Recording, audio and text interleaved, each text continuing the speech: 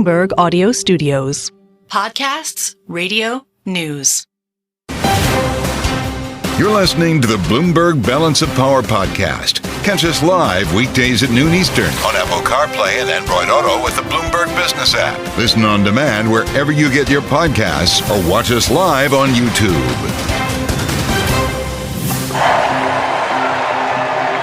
Thank you. I love you.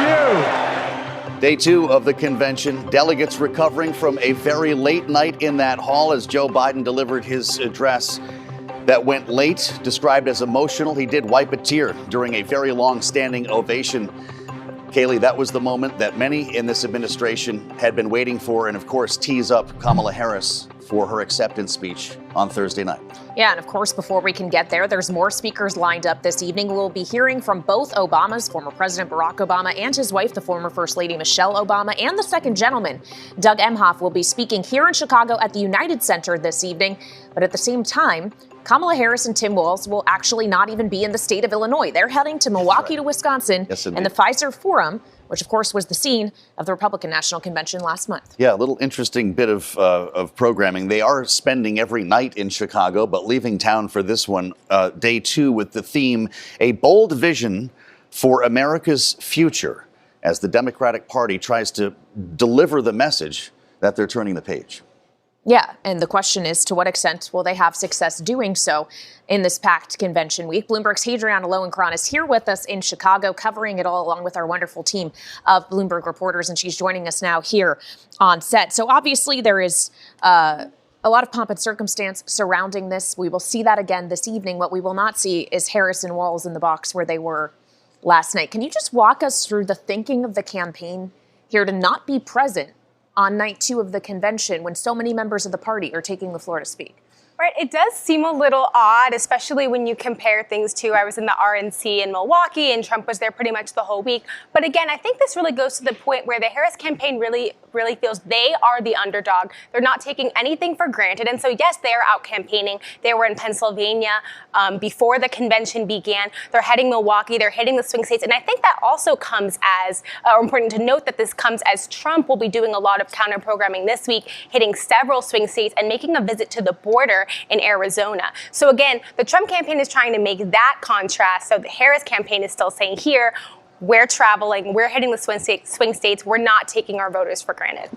Well, it is also fair to say that in the past, you might not see the nominee until the final night of the convention, but we'll see how this plays out this evening. I do want to ask you about Joe Biden last night, though. There's been a lot of talk about run of show, the fact that he didn't get on TV sets on the East Coast or computer screens until 11:30 at night. That was an interesting moment for him, a very emotional one. How come it went so late? Well, that's a great question. We know that a lot of the speeches did run pretty long. We know that a lot of it also came from the fans in the arena. I mean, Hillary Clinton, minutes, 3, 4, 5 minutes before they were speaking, before she was set to speak, just roaring applause. And so the crowd was very energized. We also know that there were protests out kind of during the events that took place earlier on in the evening. We know that that was kind of cited as one of the reasons for a bit of the delays. They did have to move some things around. And, people were nervous. Biden has tended to not do as well the later in the evening events have taken place. We know this is reminiscent of the late night debate. But he was able to speak for nearly an hour. I think he did what he needed to do. He was teary. I mean, this is a very bittersweet moment for him. It's very non-traditional, passing the reins over to Harris. And he spoke a bit about his record, but he also did say he was ready to be, I think the quote was, he's ready to be the best volunteer for the Harris-Walz campaign. And, to your point earlier about the weird kind of Harris dynamic, Harris did actually make a surprise appearance on Tuesday, on Monday, and we are, again, excited.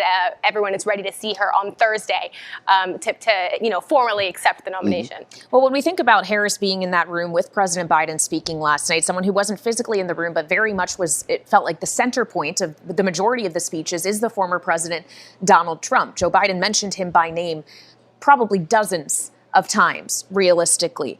Trump himself is counter-programming this convention, too. He's going to be in Michigan today. What is the Trump campaign strategy as Democrats try to put on the show of unity Republicans were trying to put on in Milwaukee last month? They're really trying to get Harris to do some more unscripted settings. We know that everyone speaking throughout the convention has a teleprompter. This is something that the Trump campaign is really hoping to kind of goad Harris into taking more questions from reporters, doing a sit-down interview, which she said she would do at the end of the month. In addition to Trump himself counter-programming throughout the week, he has surrogates who are here in Chicago every day holding a press conference where they themselves are taking questions. I was there on Monday.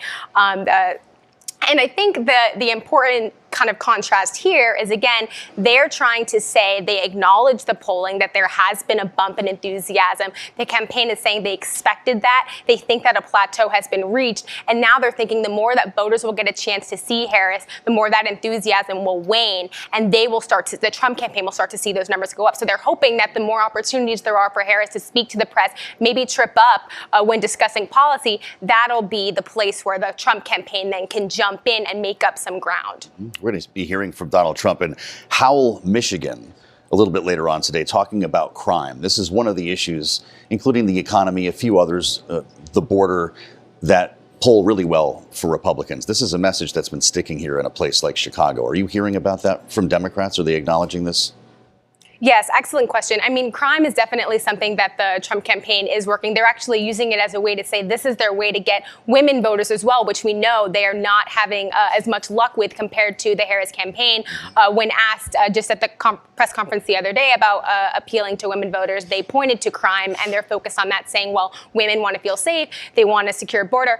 But, you know, in contrast, the Biden-Harris campaign, the Harris-Walz campaign yes. now, but also the Biden-Harris administration has also been pointing to the border. They've been, their main thing, and Biden, I think, mentioned it Monday night, was that they had this border bill, this bipartisan border bill, and that Trump then called up senators, and that was why the border bill was killed. So Biden pointed to that. The Democrats have been, pointing to that. So that's kind of their, counter messaging on the border. All right, Bloomberg's Hadriana Lowenkron, very busy here in Chicago. Thank you so much for joining us live on Bloomberg TV and radio. Now, as Hadriana talks about some of the messaging from President Biden last night, and also is talking about women in particular, that is something that we heard from the incumbent president on the issue of diversity, not just for women, but all kinds of demographics across America. In America, where the fundamental creed of this nation, that all of us are created equal, is still very much alive. And a broad coalition of Americans joined with me.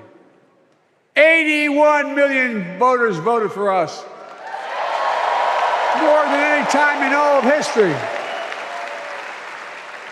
Because of all of you in this room and others, we came together in 2020 to save democracy. As your president, I've been determined to keep America moving forward, not going back.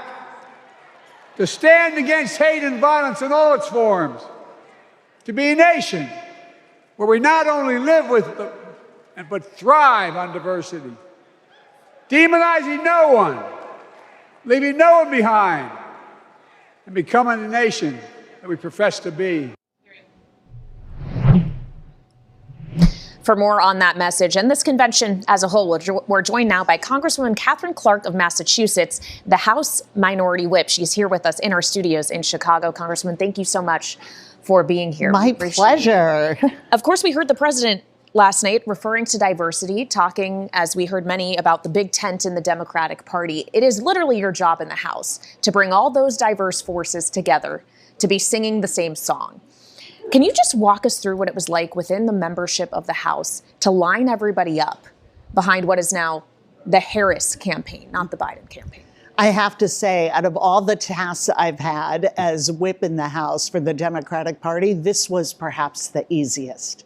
People immediately gravitated to Kamala Harris and saw her as our standard bearer for all the things that we have worked on with her as vice president and her vision for the future. So whether that's lowering costs, whether it is growing the middle class, protecting our fundamental freedoms like reproductive freedom, Kamala Harris has been our partner, and that was truly just almost instantaneous, that movement from President Joe Biden to her candidacy because we knew she was the candidate for the moment. It's a very delicate thing we're witnessing, though, and witnessed last night to see Joe Biden talking to the delegates there.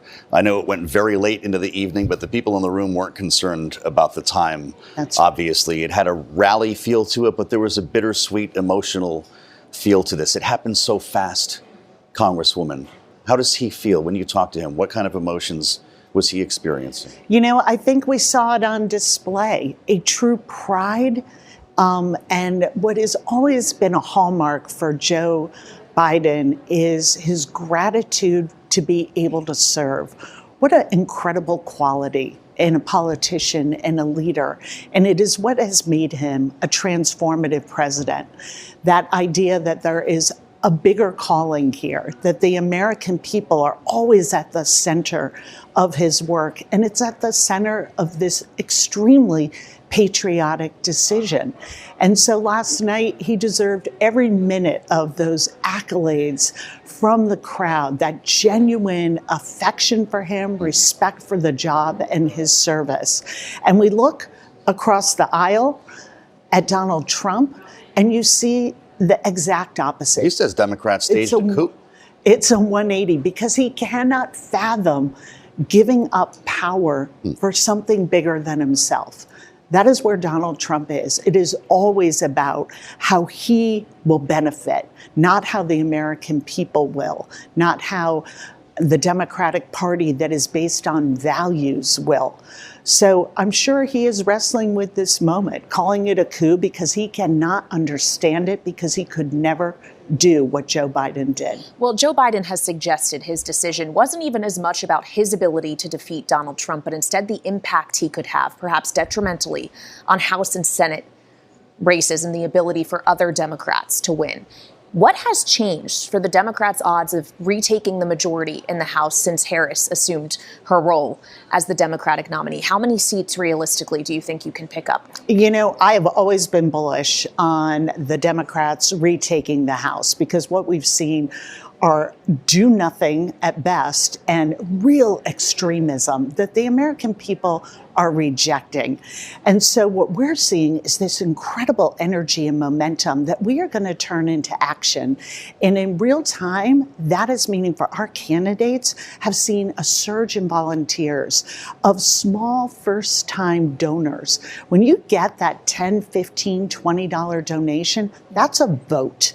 That is a vote of confidence. Does that translate into 10, 15 extra seats in the House, though? Well, we certainly hope so, but my number is the whip, and I like to keep track of the numbers, is 218. That's our goal, to win that majority and be able to bring the voices of everyday people back into the process. What we have seen from the GOP is this complete focus on their own power, their own civil war that they're engaging in, and the American people feel like they're outside looking in. Well, we've continued to work with the Biden-Harris administration to bring down the cost of health care, cap insulin at $35 a month, take on Big Pharma and say it is time that people be able to afford their life-saving medication, make those investments in climate change that also are great for the economy. And all of that work was done and brought down our deficit at the same time. These are the kind of investments that we are going to build upon and continue to help families meet the very real challenges they're facing still in this economy with Kamala Harris. The issue of Israel and its war against Hamas has been obviously a big one in this campaign, in the primary cycle, and it's brought some fissures to the Democratic conference in the House. We've got tens of thousands of protesters here in Chicago that have been part of the story. You've also got a couple dozen delegates who are not committed for this reason. How important, Congresswoman, will it be for the Biden administration, the Biden-Harris administration, to strike a ceasefire deal this week? You know, it is all hands on deck, and they are working so hard to make sure that we end this war, that we have a ceasefire, that we can bring those hostages home, and that we can surge aid to Palestinian civilians who, through no fault of their own, have suffered horrendously and continue to suffer. So we appreciate that there are protesters here. That's part of the democratic process. We respect their right to be here, and we hope that remains peaceful. But it is the goal of the Democratic Party to bring peace and security not only to Israel, but to the region. And of course, we know those conversations are ongoing. We'll still wait to hear more from Hamas as to whether or not it will agree. I'm also curious the conversations you're having related to your everyday job in Washington, obviously still on the August recess. But when you come back in September, it's going to be a race against the clock to avoid a government shutdown. Are you in conversations already with leadership and Republican leadership about how that's going to be avoided when you return to Washington in a few weeks? What exactly are you going to have to whip? You know, I'm so glad you brought that out, because one thing we realized from the very start, when we were in the 15 rounds of Kevin McCarthy trying to become a speaker, that we are in the minority. So we have reached our hand out to them at every turn to say, work with us, help us prevent shutdowns, help us get to a budget process that matters. And what we have seen from them is a rejection of that and a move to try and coddle the most extreme members of their extreme party. And so it is really like such a basic fundamental job and responsibility of the House of Representatives to pass our budgets. And they have utterly failed to do that. So once again, it will be Democrats, as we have done repeatedly, who will keep government functioning, who will come to the table, forge a compromise, because we work for the American people. They are working to try and hold their own coalitions together. And that's the fundamental difference. We're seeing it play out around reproductive freedom for women. We're seeing it play out in bringing down the costs of groceries and housing, these issues that I hear about as I not only travel my district, but travel the country. That is what people are worried about. That is what they want to see in Congress. It's why we're going to win the majority back. Meet us back in Washington so we can continue this conversation, Congresswoman. It's great to see you. I'd love to. Thanks for the time today on Bloomberg TV and radio. The House Minority Whip, Congresswoman Katherine Clark, in an important conversation on day 2 of the Democratic National Convention. I'm Joe Mathieu alongside Kailey Leinz with much more to follow. You're listening to the Bloomberg Balance of Power podcast. Catch us live weekdays at noon Eastern on Apple CarPlay and Android Auto with the Bloomberg Business app. You can also listen live on Amazon Alexa from our flagship New York station. Just say, Alexa, play Bloomberg 1130. Convention continues here in Chicago, and it'll be interesting to see the tone shift that happens on this evening, night 2, after night 1. It was dedicated to the current president, Joe Biden. Yeah. By and large, with signs of I Love Joe on the convention floor. Right. He's now out of town, and now it becomes much more about Kamala Harris and Tim Walz. That's true. It's a good place to start with the panel here, Kailey, because it was an important moment, and frankly, not a lot of Americans saw this live. Joe Biden didn't get on stage till 11:30 last night. And as we said, the ovation might have lasted till midnight. Rick Davis and Jeanne Zaino are with us right now. Bloomberg Politics contributors. Rick, partner at Stone Court Capital. Jeanne, of course, political science professor at Iona University. Welcome to day 2. Rick, were you getting agita as someone who ran a convention watching this thing go overtime last night? Yeah, I was on a group chat with a bunch of guys who helped me organize the 2008 convention, and we were all talking by about 9 or 10 o'clock. This thing is really off the rails. It's way late. What does it mean when you're canceling speakers in prime time? It's a real embarrassment to the campaign organization, to the program committee of the convention. This thing is supposed to be accounted for. Every second of the schedule is written down, debated, and rehearsed. And the fact that they were off by 45 minutes to an hour and a half is just like a criminal offense in politics. So I think that there was probably a lot of come to Jesus meetings this morning around the program for tonight. And it'll be interesting if they can make their marks tonight, get past it. But if they can't, this could be like the 1992 convention for Republicans in Houston, where Ronald Reagan was pushed into midnight out of the prime time slot which was supposed to be his last hurrah. Well, I don't know how much of this can be contributed to or blamed on overstuffing the schedule, perhaps, or just not, when you're doing those calculations on time, accounting for how many chants of thank you, Joe, you might have to get through before the president actually were to start speaking. Jeanne, I'd love for you to just reflect on the reception he got in that room last night and whether it makes it frankly better or worse from him, knowing that he is on his way out. Yeah, it was an amazing reception. But first of all, they bumped Sweet Baby James for Jamie Raskin and, I don't know, Chris Coons. And I love them both. But, you know, let's get James Taylor back. I think tonight we will see a tighter schedule. Let's hope. To your point, there was a lot of applause for Joe Biden. But it wasn't only that. Not only did they have a lot of speakers, but some of these speeches went so long and they were saying sort of perfunctory things sometimes, like, you know, help me elect Kamala Harris. Well, we all know we're doing that. So there's some nitpicking I could do on the way that this rolled out. But overall, a really warm reception for Joe Biden. These are all his delegates. You know, he's done something quite extraordinary in stepping aside for Kamala Harris.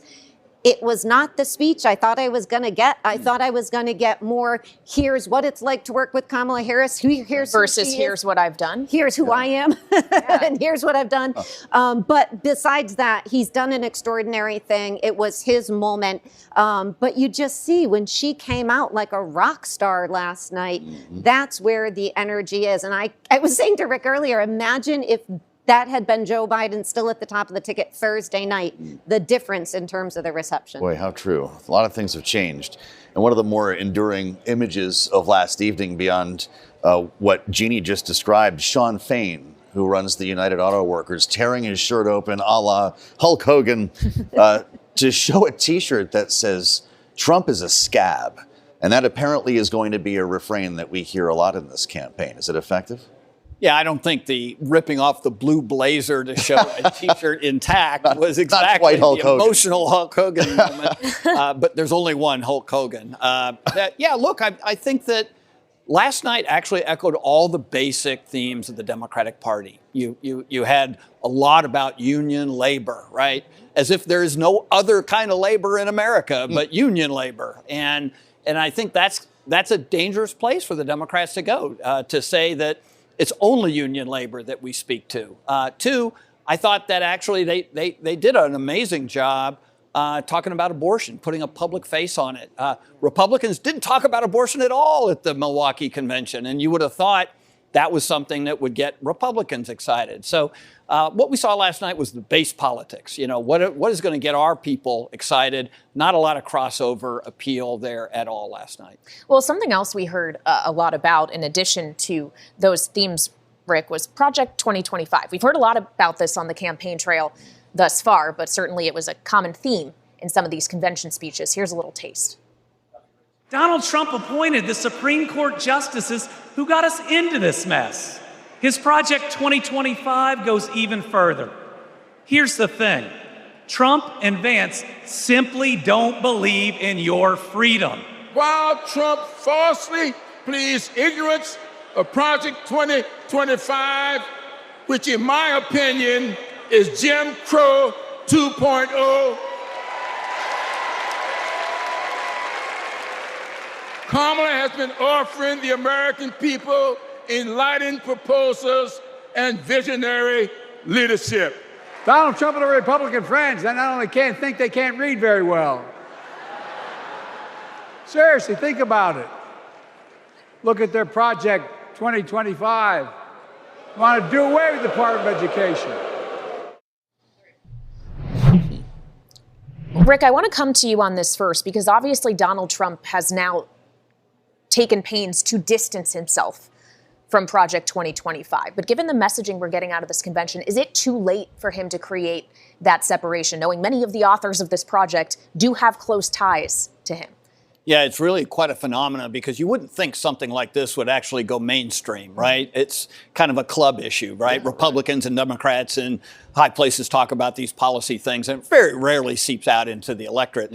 But in this case, pollster after pollster I've talked to says 2025 is showing up in their verbatims. You know, that people are worried about this plan. They're afraid of it.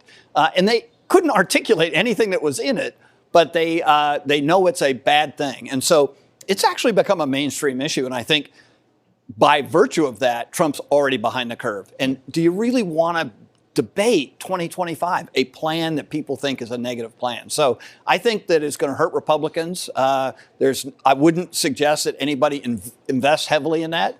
But I think the funniest part is there's a big Trump Tower in Chicago, and they were broadcasting in lights, headquarters of 2025 on the front of it. I think also it's Weird everywhere. As Hell was Yes, on there. indeed. Some interesting projections on the buildings walking around Chicago at night. But wait, Rick makes a great point. This is pretty esoteric stuff. And we're hearing people talk about it on a level, Jeanne, I would suggest, Kailey, that every reference to Project 2025 on the air gets a more vitriolic response on social media, for instance, from both sides of the aisle. How did Democrats make this a thing? Yeah, it's fascinating. I just wrote a piece on this. And the reason why was because when I was in Europe this summer, the number one question, to Rick's point, that I was asked from just people on the street, friends, colleagues, what do you think about Project 2025? And to your point, I couldn't get over how this had spread. And, you know, my view of this is that it is quite an opportunity for Democrats. I have read through this, and it is long. And what you find in there are disagreements, fundamental disagreements amongst the Republican Party about critical issues. I wrote about Ukraine, for instance, which divides about 12 ways at this point. So I think of it as an opportunity for Democrats, not just to keep raising it in the way they are, but to try to pull over some folks who might otherwise, if they care about these issues, might go Republican, but they care so much about an issue like Ukraine that they're willing to think about voting the other side, whether it's Senate, House, or the presidency. So it is an opportunity, and Donald Trump knows this, which is why he's trying to walk away from it. But Democrats are saying this week, not so fast. We shall broadcast on Trump Tower.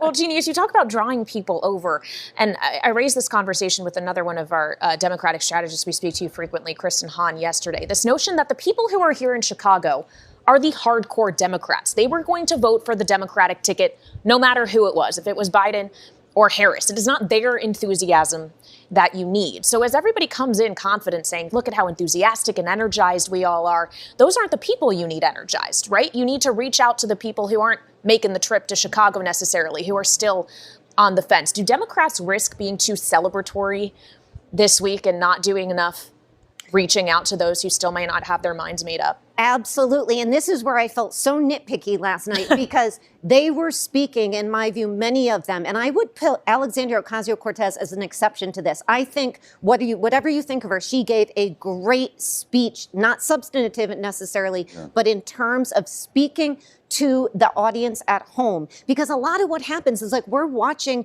in the room, you can hear what the crowd is saying and all that stuff. And the speakers are talking to these folks, and it's all of the delegates for Biden and Harris and now Waltz. But at home, people can't hear what's going on the floor. You've got to speak to the people at home, to your point.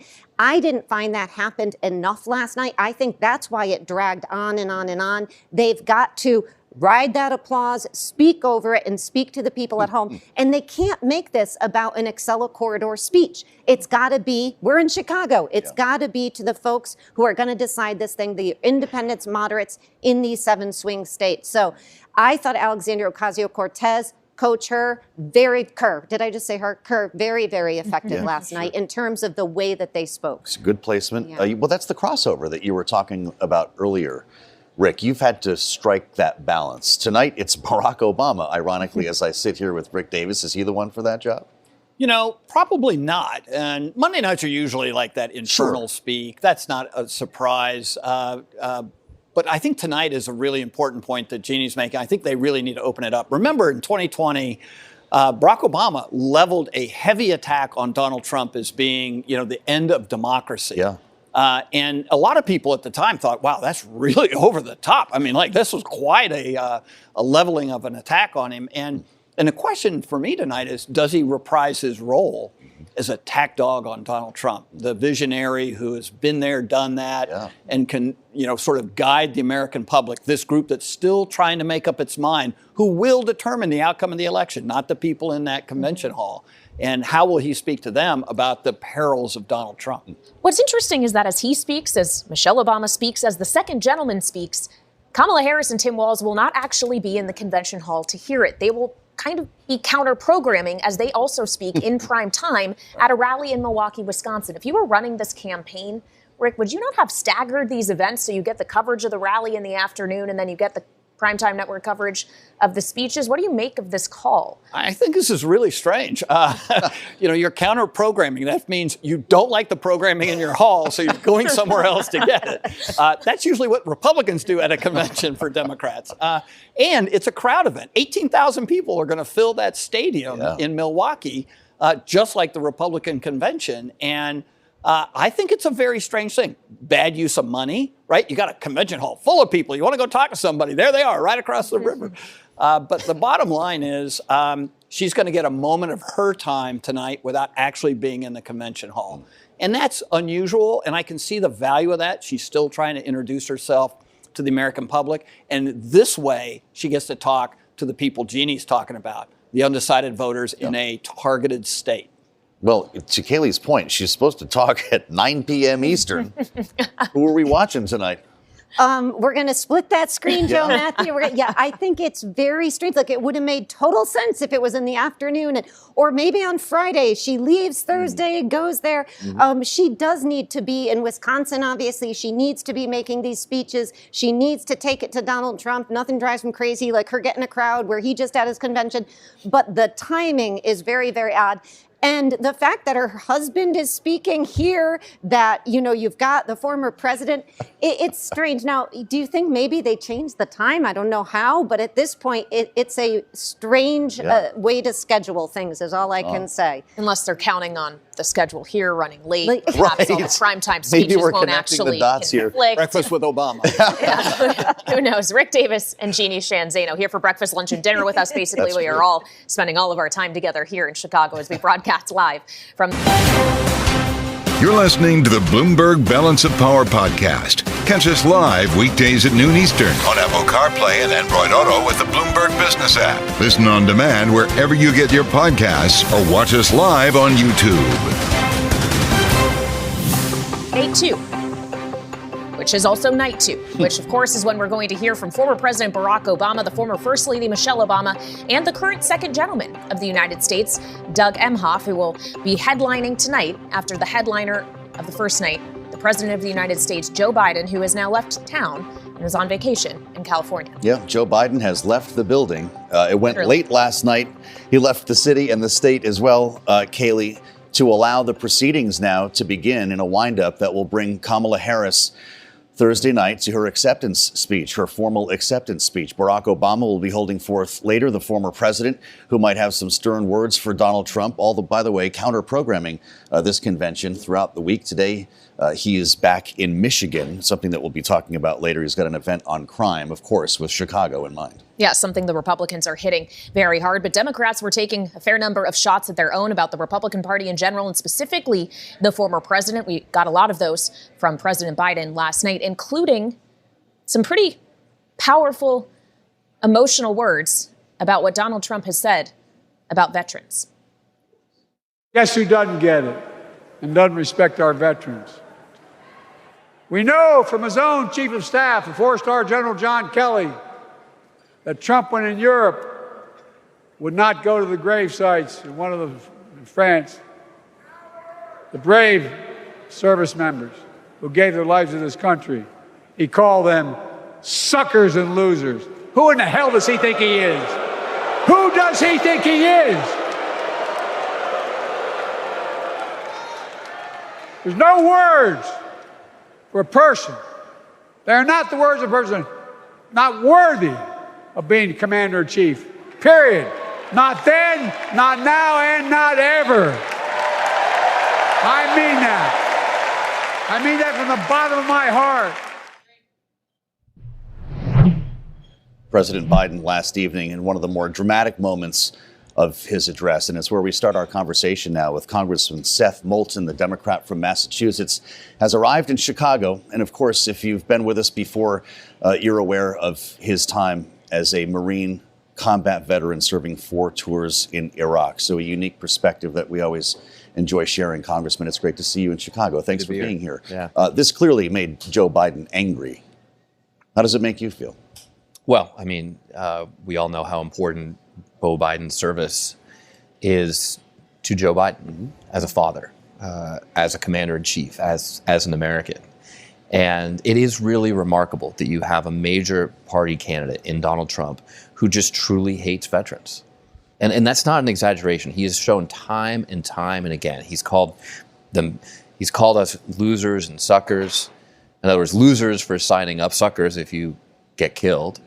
He was walking around Arlington Cemetery with his own chief of staff, Marine veteran John Kelly, when he said, I just don't understand why they did it. What was in it for them? And this, while John Kelly was there in part to see his own son's grave, Lieutenant Kelly, who died in Afghanistan. Well, whatever you may think about his attitude toward veterans, he does have a veteran running with him in J.D. Vance. Kamala Harris also has a veteran running with her in Tim Walz, and yet his service record has come under immense scrutiny since his selection. J.D. Vance has framed it as stolen valor. Well, because J.D. Vance is following Donald Trump's playbook of denigrating veterans. And we should be celebrating the fact that, for the first time in a long time, we have two veterans on the major party candidates. The first time that we've had veterans really from these most recent wars. And that's something that we should be celebrating. And, both J.D. Vance and Tim Walz have service records that should be lifted up and used as examples. Instead, J.D. Vance is just going down the same path as Donald Trump and attacking the service record of Tim Walz, who by all accounts was a great soldier in the Army. Well, look, we saw this with your former colleague, John Kerry from Massachusetts, the Swift boats. Of course, we've got some of the same people involved in the messaging in this campaign, and Chris Lasavita, who was part of the Swift boats campaign back in 2004.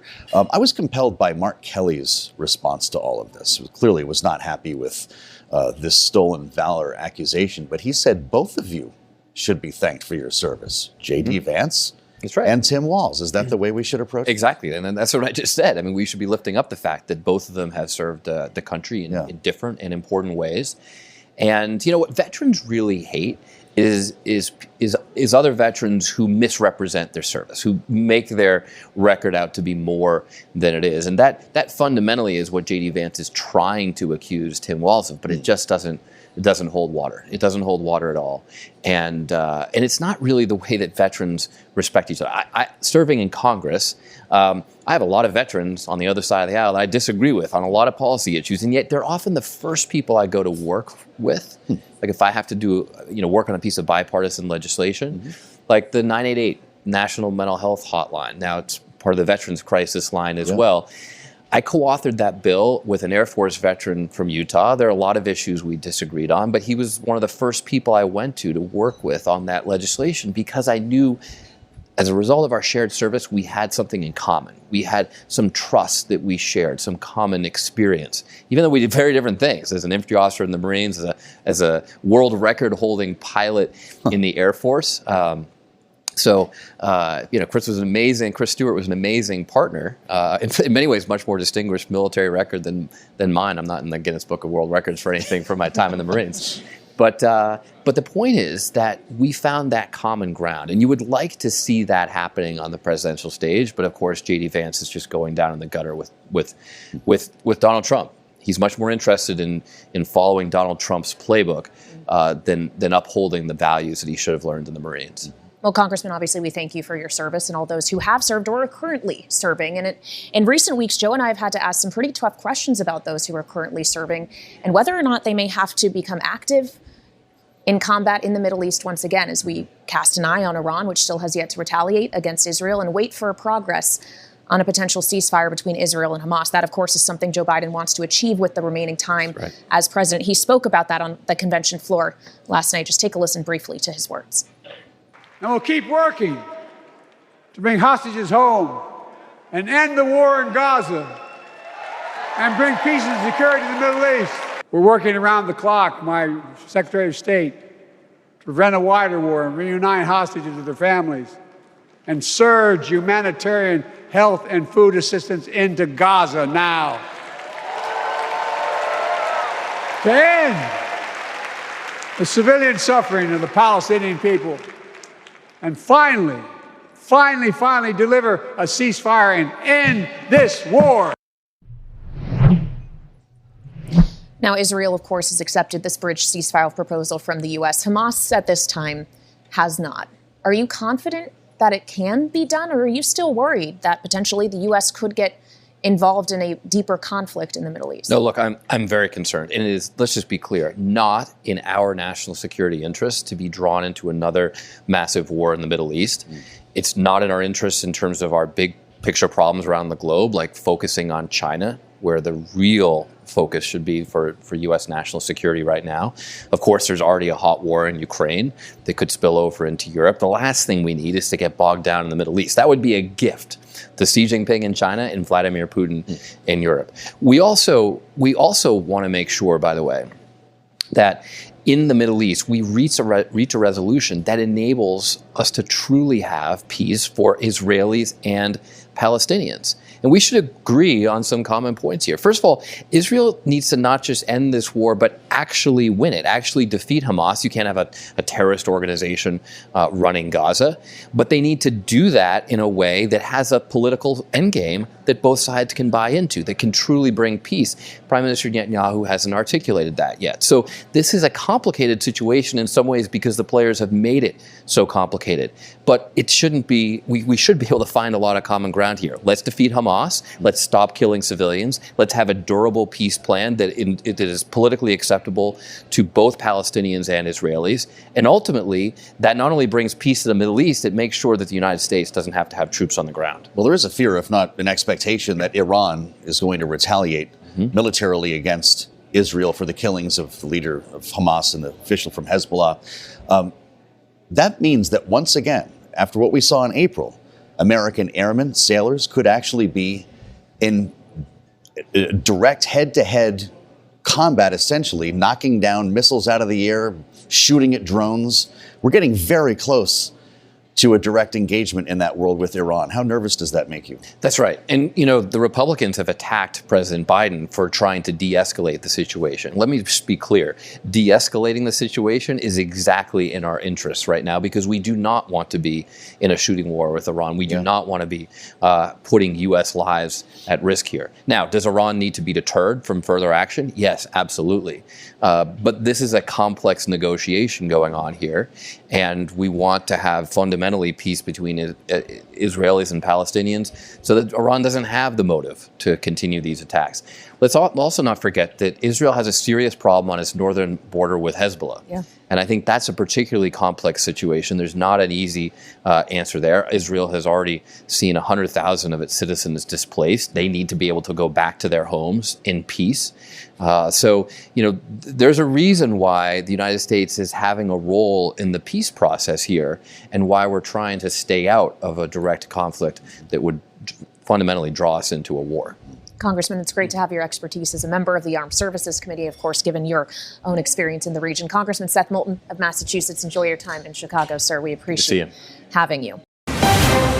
You're listening to the Bloomberg Balance of Power podcast. Catch us live weekdays at noon Eastern on Apple CarPlay and Android Auto with the Bloomberg Business app. You can also listen live on Amazon Alexa from our flagship New York station. Just say, Alexa, play Bloomberg 1130. We are joined now by Danny Wirtz, Chairman and CEO of the Chicago Blackhawks, alongside Michael Reinsdorf, President and CEO of the Chicago Bulls. They are both here with us on set in Chicago. Welcome to you both. Thank you so much for being with us. Thanks for having us. It is a power table. I'm not so sure about that. I don't know. Indeed. Well, obviously, it's a big week for you guys. I'm sure one that has had probably a year or so of preparation leading up to it. Michael, if we could just start with you, talk to us about the decision to host this convention at the United Center and what all has gone into it and whether or not this is the most lucrative thing you could have done with a building of its size. Well, I mean, clearly it's not the most lucrative thing we could do because we've shut down our building since the end of our season. So we've had we haven't booked any events for the last couple months. But to us, this was kind of a no-brainer when Governor Pritzker and Mayor Lightfoot came to us. We were on board from the very beginning. We had the convention kind of kicked off, I think, a lot of the redevelopment on the west side in '96. So the United Center was opened up in 1994. This is our 30th year. And the '96 convention was a complete success. And now it's many years later, and we want to do our part of supporting the city of Chicago that we love so much. Fascinating. really taken by the logistics behind something of this scale. You can throw a concert, you can host a game, but this is on a much larger level. You have 50,000 people attending, and I'm just curious what goes into that type of a transformation.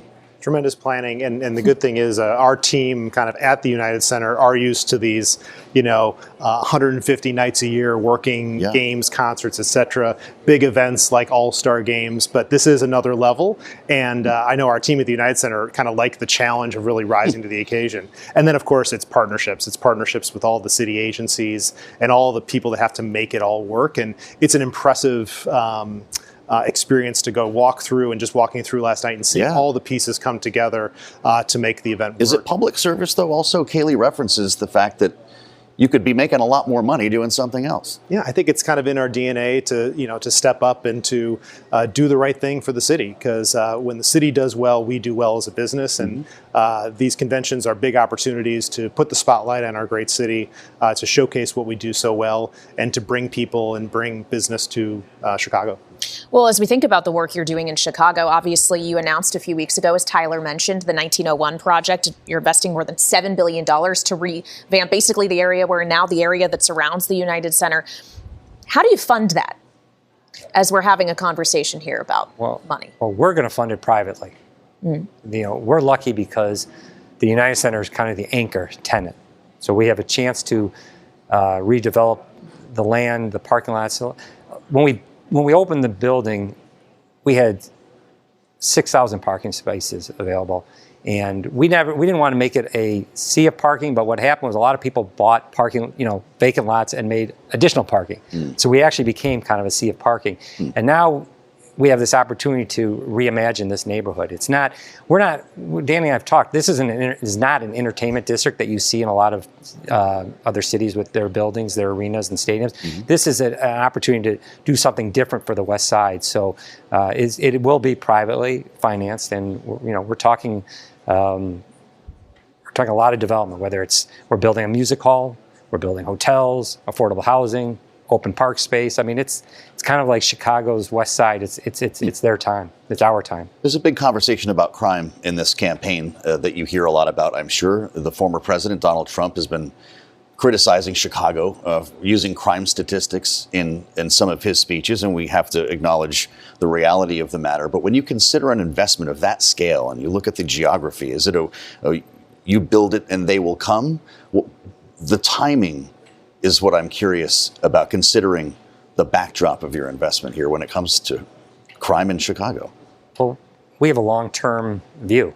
Danny, how long has your family been? We've been here for almost 100 years, and I can tell you, crime has always been something that we've had to contend with and work with. But we also know that when we invest in the neighborhoods and when you invest in economic development, that is one way to help create opportunities that gets to sort of the root cause of some of the crime issues you see today. So I think Chicago has a history of really rolling up our sleeves and trying to be part of the solution, try to partner, with the public sector to figure out how do we create those opportunities to help, stem some of those problems from violence. Yeah, you have to understand one thing. When the United Center opened, no one went west of the business district. Yes. Right. And United Center opened in 94.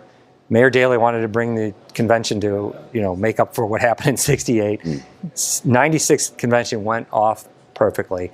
And then all the development started happening. I don't think Fulton Market, which is just to the east of us, I don't think that necessarily happens without the United Center kickstarting all of this. So for us, we're not worried about, the timing. We think the timing is right now. Well, the timing for having the public cooperation with investing in things like stadiums, as we've seen evidenced by, say, the Chicago Bears, for example, doesn't seem to be great. There's been a lot of pushback in that. And I know you just said that you're planning to finance this privately, but what do you think about the dynamic surrounding the financing mechanism of these investments into sports facilities, and frankly, the facilities around them? If, as you say, this is about helping to invest economically that could help with things like crime. Yeah, I think every situation is very different. wherever you're looking to do your development has different opportunities. And I think it is that partnership, with the public to figure out where that benefit lies. We know in our situation, we own our land. We've owned our land for a long time. We've been part of this community for almost 100 years. So you have a good feel of what the neighborhood needs, how to find those nice trade-offs and those important trade-offs between our commerce and what we need from the community, and then you build it together. And I think other developments are putting that more at the forefront than ever before. When you consider public-private partnership and just the role that you play in this city, you're no strangers to politics, which is what we talk about every day here on this program. Are politics making it more difficult to do business, or the conduit for your success? I mean, for us, I think that there seems to be a lot of interest in our development. When we went to the mayor's office, we talked to the people, that surround him, our alderman, Walter Burnett. Everyone seemed to be on board. To me, this was almost like a no-brainer. I mean, you have a group of people that want to spend $7 billion on a private They might want to take development. that meeting. Yeah, But those relationships are long and important to you.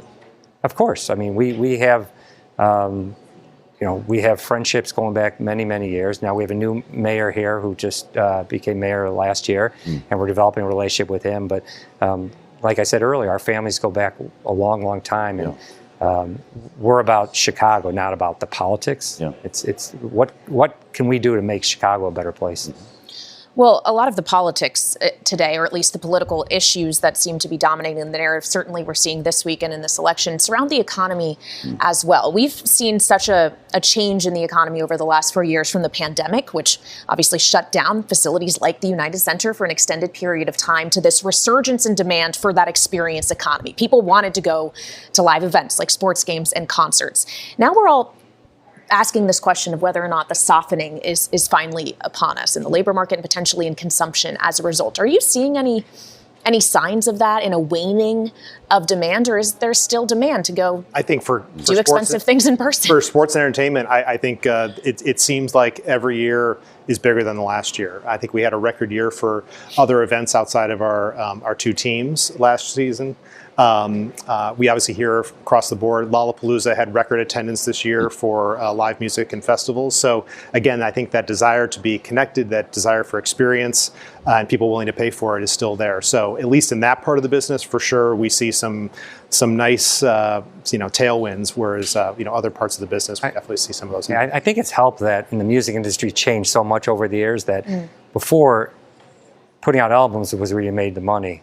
Now it's touring. So now you have all these acts, and so every year it seems like we're getting more and more acts. I mean, how many different concerts did we do last year? I think we're almost 80 different concerts. I mean, it's kind of crazy. And so now we're building this music hall, which is a 6,000 seat venue, and that's going to get some of the smaller acts. And we don't see a softening right now. And especially in markets like Chicago, which seems to be able to absorb a tremendous amount of live events and entertainment. Sure. Chicago loves its sports, so we feel pretty good about where we're at here. But it's an interesting take that you have just broadly beyond even spending on events, sports, and concerts. You don't see a consumer prepared to slow down or more wary about conditions.